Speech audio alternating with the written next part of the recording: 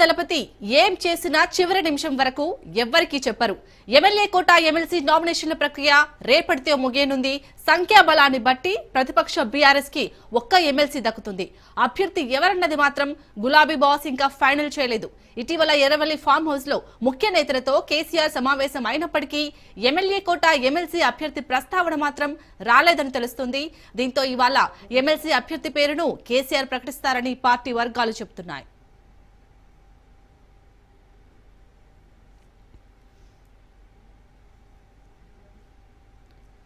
తెలంగాణ 5 స్థానాలకు నామినేషన్ల స్వీకరణకు రేపు చివరి తేదీ కాగా ఎల్లుండి నామినేషన్ల పరిశీలన, ఈ నెల 13న నామినేషన్ల ఉపసంహరణ ఉండనుంది.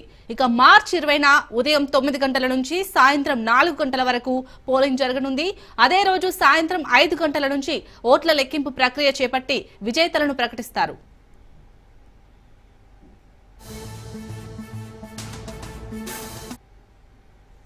తెలంగాణ రాష్ట్రంలో 5 ఎమ్మెల్సీ స్థానాలు ఖాళీ అయ్యాయి. ఎమ్మెల్సీలు మహమ్మద్ అలీ, సత్యవతి రాథోడ్, షేరి సుభాష్ రెడ్డి, ఎగ్గే మల్లేశం, మీర్చా రియాజుల్ హసాన్ పదవీ కాలం మార్చి 29తో ముగియనుంది. ఇందులో బీఆర్ఎస్ నుంచి ఎమ్మెల్సీగా ఎన్నికైన ఎగ్గే మల్లేశం గత ఏడాది కాంగ్రెస్ లో చేరారు. మీర్చా రియాజుల్ హసీన్ మజ్లిస్ నేతగా ఉన్నారు.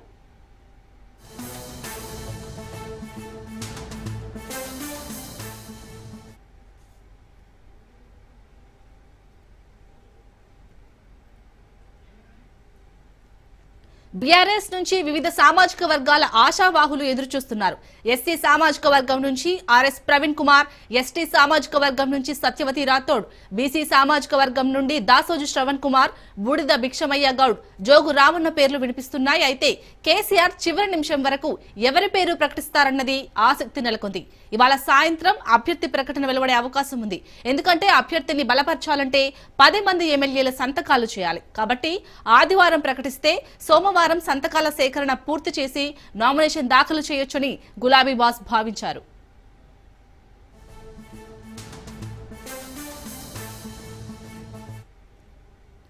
పార్టీ ఫిరాయించిన 10 మంది బీఆర్ఎస్ ఎమ్మెల్యేలు ఓటింగ్ కు దూరంగా ఉండే అవకాశం ఉంది. ఇప్పటికే పార్టీ ఫిరాయింపులపై సుప్రీంకోర్టులో కేసు నడుస్తుంది. కాబట్టి వీరు కాంగ్రెస్ పార్టీకి ఓటు వేస్తే ఈ అంశాన్ని ఈ నెల 25న సుప్రీంకోర్టు ముందు ఉంచే అవకాశం ఉన్న నేపథ్యంలో ఫిరాయింపు ఎమ్మెల్యేలు ఓటింగ్ కు దూరంగా ఉండే అవకాశం కనిపిస్తోంది.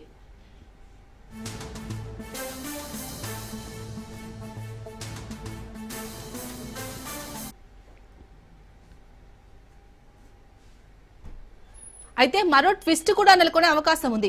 తాము పార్టీ మారలేదు అని చూపించుకునేందుకు అవసరమైతే బీఆర్ఎస్ అభ్యర్థికే ఓటు వేస్తారని జోరుగా చర్చ జరుగుతుంది. కేసీఆర్ కూడా ఇదే విషయాన్ని నేతలతో చర్చించినట్లు సమాచారం. ఇవాళ కేసీఆర్ 2 అభ్యర్థులను ప్రకటిస్తారా లేదంటే ఒక్కరినే ప్రకటిస్తారా అన్నది చర్చనీయాంశంగా మారింది. దీనిపై పూర్తి డీటెయిల్స్ మా ప్రతినిధి సైదులు అందిస్తారు.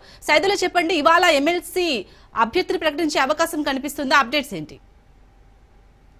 మరి కాసేపట్లో బీఆర్ఎస్ అధినేత గులాబీ బాస్ కేసీఆర్ ఎమ్మెల్యే కోట ఎమ్మెల్సీ అభ్యర్థుల్ని ప్రకటించే అవకాశం అయితే కనిపిస్తుంది. అయితే ఇక్కడ ఎమ్మెల్యే కోట ఎమ్మెల్సీ అభ్యర్థులు అంటే సంఖ్యాబలాన్ని బట్టి చూస్తే మాత్రము అంటే బీఆర్ఎస్ పార్టీకి ఒకే ఒక ఎమ్మెల్సీ స్థానం దక్కే అవకాశం ఉన్న నేపథ్యంలో ఒక్కరిని ప్రకటిస్తారా లేదంటే 2 ప్రకటిస్తారా అనేది కూడా ఒక ట్విస్ట్ అయితే నెలకొని ఉంది. చూడాలి మరి కాసేపట్లో సాయంత్రం లోపు ఈ యొక్క అభ్యర్థుల ప్రకటన ఉండే అవకాశం ఉన్నట్లుగా కూడా మనకైతే సమాచారం. ఎందుకు అంటే 10 మంది బీఆర్ఎస్ పార్టీ ఎమ్మెల్యేలు అధికార కాంగ్రెస్ పార్టీకి వెళ్ళారు కాబట్టి సో వారు ఈసారి ఓటింగ్ విషయంకి వచ్చేసరికి మరి వారు నోటల్గా వ్యవహరిస్తారా లేదంటే కాంగ్రెస్ పార్టీకి అనుకూలంగా ఓటేస్తారా లేదంటే తిరిగి మేము బీఆర్ఎస్ పార్టీలోనే ఉన్నామని చెప్పుకునేందుకు బీఆర్ఎస్ పార్టీకి అనుకూలంగా ఓటేస్తారనేది తెలియదు. ఎందుకంటే అది రహస్య ఓటింగ్ కాబట్టి.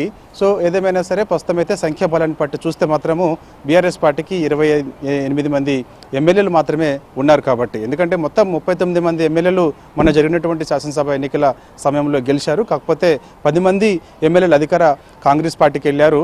ఒకరు మాత్రం రోడ్డు ప్రమాదంలో కంటోన్మెంట్ నుంచి లాస్య నందిత అకాల మరణం చెందిన తర్వాత అక్కడ కంటోన్మెంట్ సిట్టింగ్ స్థానం బీఆర్ఎస్ పార్టీ కోల్పోయింది. అక్కడ కాంగ్రెస్ పార్టీ గెలిచింది. సో ఇక ఉన్నదల్లా బీఆర్ఎస్ పార్టీకి ఎమ్మెల్యేలు మొత్తం 28 మంది మాత్రమే ఉన్నారు. సంఖ్యాబలాన్ని బట్టి చూస్తే మాత్రం ఒకే ఒక ఎమ్మెల్సీ దక్కే అవకాశం ఉన్నది. సరే మిగిలిన పార్టీ మారిన ఎమ్మెల్యేలు ఎవరైతే ఉన్నారో మరి వారి ఓటింగ్కి సంబంధించి కాంగ్రెస్ పార్టీకి అనుకూలంగా ఓటేస్తారా లేదంటే బీఆర్ఎస్కి వేస్తారనేది తెలియదు. కానీ మరి సంఖ్యాబలాన్ని బట్టి చూస్తే ఒకే ఒక్క స్థానం దక్కుతుంది కాబట్టి బీఆర్ఎస్ పార్టీకి. మరి ఇక్కడ మిగిలిన ఎమ్మెల్యేలందరూ కూడా పార్టీ అంటే ఎవరైతే 10 మంది ఉన్నారో వారు పార్టీ మారారు కాబట్టి సో వారు కూడా బీఆర్ఎస్ పార్టీకి అనుకూలంగా ఓటేసే అవకాశం ఉంటుందో లేదో తెలియదు. కానీ మొత్తానికైతే మాత్రం ఒక ఇద్దరు పేర్లను మాత్రం కేసీఆర్ ప్రకటించే అవకాశం అయితే కనిపిస్తుంది. అంటే ఎమ్మెల్యే కోట ఎమ్మెల్సీ అభ్యర్థులు ఇద్దరిని ప్రకటిస్తారని చెప్పేసి కూడా చర్చ జరుగుతుంది. కాసేపట్లో ఈ యొక్క అభ్యర్థి పేరు కూడా ప్రకటన చేసే అవకాశం అయితే కనిపిస్తుంది. సో ఇక రేసులో మాత్రం చూసుకుంటే మాత్రము ఎస్సీ సామాజిక వర్గానికి చెందినటువంటి ఐపీఎస్ అధికారిగా ఉన్నటువంటి గతంలో ఇప్పుడు ప్రస్తుతం ఆయన రిటైర్మెంట్ ఆయన దానికి రాజీనామా చేశారు కాబట్టి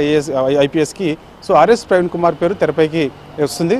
సో ఆయనకి ఎక్కువగా అవకాశాలు ఉన్నట్టుగా కూడా పార్టీ నుంచి విశ్వసనీయ సమాచారం. ఇక బీసీ సామాజిక వర్గం నుంచి దాసోజు శ్రావణ్ పేరు కూడా వినిపిస్తుంది. ఆయనకు కూడా మరోసారి అవకాశం ఇస్తారని చెప్పేసి కూడా తెలుస్తుంది. అంటే ఎందుకంటే మరోసారి అంటే గవర్నర్ కోటలో ఆయన ఎమ్మెల్సీకి సంబంధించి అప్పుడు నామినేట్ చేసినప్పుడు అప్పుడు ఉన్నటువంటి తమిళిసై సౌందరరాజన్ అప్పుడు ఎవరైతే నామినేట్ చేయబడ్డారో దాసోజు శ్రావణ్ సత్యనారాయణ పేర్లు అప్పుడు తిరస్కరించారు కాబట్టి సో ఈసారి కూడా మళ్ళీ ఒకసారి అవకాశం దాసోజు శ్రావణ్కి బీసీ సామాజిక వర్గం నుంచి ఇవ్వాలని చెప్పేసి బీఆర్ఎస్ పార్టీ భావిస్తుంది. దానిలో భాగంగా ఒకవేళ బీసీ సామాజిక వర్గం నుంచి ఇవ్వాలనుకుంటే మాత్రం దాసోజు శ్రావణ్కి మాత్రం ఇచ్చే అవకాశం అయితే కనిపిస్తుంది. లేదంటే మాత్రం ఇక ఎస్సీ సామాజిక వర్గం నుంచి ఆర్ఎస్ ప్రవీణ్ కుమార్కి ఇస్తారని చెప్పేసి కూడా జోరుగైతే చర్చ జరుగుతుంది. మరి కాసేపట్లో ఇలా పేర్లు కూడా ప్రకటన చేస్తారని చెప్పేసి కూడా తెలుస్తుంది. సో ఏదేమైనా సరే ఈ యొక్క ఎమ్మెల్యే కోట ఎమ్మెల్సీ అభ్యర్థులకు సంబంధించి మాత్రం కేసీఆర్ మాత్రం ఇంతవరకు ఎక్కడ కూడా ఇటు మొన్న జరిగినటువంటి ఎర్రవల్లి వ్యవసాయ క్షేత్రంలో జరిగినటువంటి ముఖ్య నేతల సమావేశంలో కూడా ఈ అంశాన్ని ప్రస్తావనకు తీసుకురాలేదంటూ కూడా తెలుస్తుంది. రహస్యంగానే ఉంచినట్టుగా కూడా సమాచారం. చివరి నిమిషం వరకు కూడా ఎవరి పేరు ప్రకటిస్తున్నట్టుగా కూడా ఇటు పార్టీ వర్గాలు కూడా తెలియదు కాబట్టి కాసేపట్లోనే కేసీఆర్ తన యొక్క ఎవరి పేరు ప్రకటిస్తారనేది కూడా కొంత ఆసక్తి ఉత్కంఠ అయితే నెలకొంది. ఆశాహులు మాత్రం చాలామంది అయితే ఎదురు చూస్తున్నారు. బీసీ సామాజిక వర్గం నుంచి అనేక మంది ఎదురు చూస్తున్నారు. దాసోజు శ్రావణ్తో పాటుగా ఆలేరు నుంచి బూడిద లక్ష్మయ్య గౌడ్ పేరు వినిపిస్తుంది.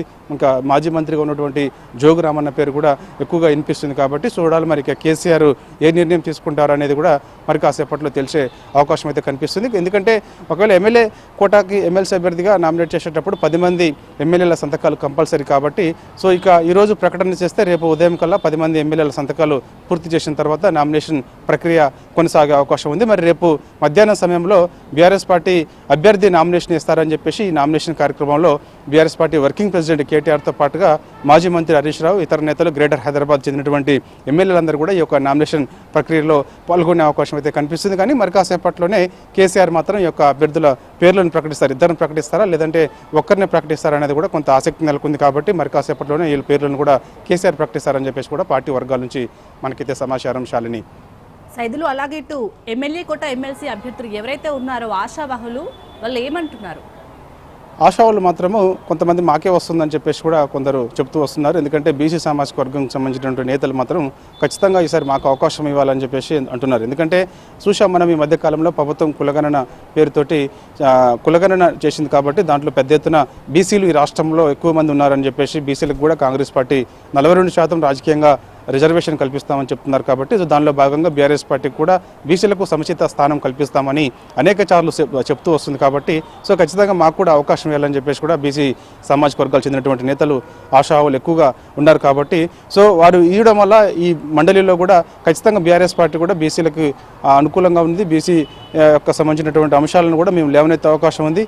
బీసీల పట్ల కూడా బీఆర్ఎస్కి మంచి సత్సంబంధాలు కొనసాగుతుంటాయి. ఎందుకంటే రానున్న రోజులలో బీసీలకు సంబంధించి ఎక్కువ మంది రాష్ట్రంలో ఉన్నారు కాబట్టి బీఆర్ఎస్ పార్టీకి చాలా దగ్గర అవుతారు కాబట్టి అనే అంశాన్ని కూడా లేవనెత్తే అవకాశం అయితే కనిపిస్తుంది. కాబట్టి ఆ విధంగా చూస్తున్నారు. ఇక మిగిలిన అంశానికి వస్తే మాత్రం వర్గీకరణ అంశం కూడా తెరపైకి వస్తుంది. కాబట్టి ఎస్సీలు కూడా ఈ రాష్ట్రంలో ఎక్కువ మంది ఉన్నారు కాబట్టి సో ఎస్సీ వర్గీకరణ అంశం అమలు చేస్తామని చెప్పేసి కాంగ్రెస్ పార్టీ చెప్తూ వస్తుంది. కాబట్టి దానిలో భాగంగా మాదిక సామాజిక వర్గం చెందినటువంటి ఆర్ఎస్ ప్రవీణ్ కుమార్ ఎవరైతే ఉన్నారో ఆయనకు కూడా ఇస్తే బాగుంటుందనే దానిపైన కూడా తెరపైకి వచ్చింది. బీఆర్ఎస్ పార్టీలో కూడా చర్చ జరుగుతుంది. కాబట్టి చూస్తే మాత్రం ఈ రెండు పేర్లు మాత్రం ఇటు బీసీ సామాజిక వర్గం లేదా ఎస్సీ సామాజిక వర్గం నుంచి ఒకరికి అవకాశం అయితే ఇవ్వాలని చెప్పేసి కేసీఆర్ భావిస్తున్నట్టుగా కూడా తెలుస్తుంది. వారు మాత్రం కూడా అదే చెప్తున్నారు. కానీ ఆర్ఎస్ ప్రవీణ్ కుమార్ అయితే కొద్దిసేపటి క్రితం మీడియా సమావేశంలో ఆయన కూడా పాల్గొన్నారు. సో ఆయన అడిగినప్పుడు నేనైతే అడగట్లేదు, ఇస్తే మాత్రం తీసుకుంటాననేది కూడా ఆయన నవ్వుతూ చెప్తున్నారు. కాబట్టి దీన్ని బట్టి చూస్తే మాత్రం కొంత ఆర్ఎస్ ప్రవీణ్ కుమార్ కూడా కొంత అవకాశం ఉన్నట్టుగా కూడా మనకైతే సమాచారం.